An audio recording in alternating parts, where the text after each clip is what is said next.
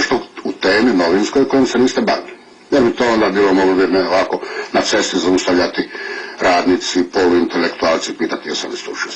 Što znate? Poštena inteligencija. Što vi znate o rušenju Starog mosta? Ovako, recite se. Što? Ne, ja sam vama postavio pitanje jeste li vi srušili Stari most, nemojte vi meni postaviti. Kako? Mi smo ovdje došli razgovarati. Pravo postavljeno pitanje je obostrano. Nismo se sporazumili. Ali na pitanje se ne odgovara protupitanje. Može, ali u principu ne. Može.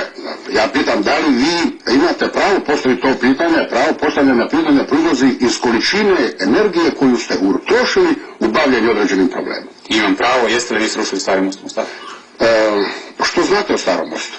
Što vi znate o meni u Starom mostu?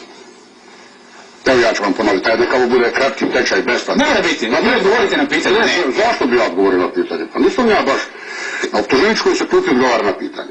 U novinarskoj emisiji razgovara se, s tim da niste vi važniji nego ja. Ja sam ovdje sasvim... Ja moderiram emisiju, dakle ja, ako mi ne želite odgovoriti na pitanje, idem na sljedeće pitanje. Vi kažete, neću odgovoriti, jesam, nisam. Ne na način na kako vi očekujete da ću vam odgovoriti. Naravno, to je vaša stvar. Dakle, ajde ne vi.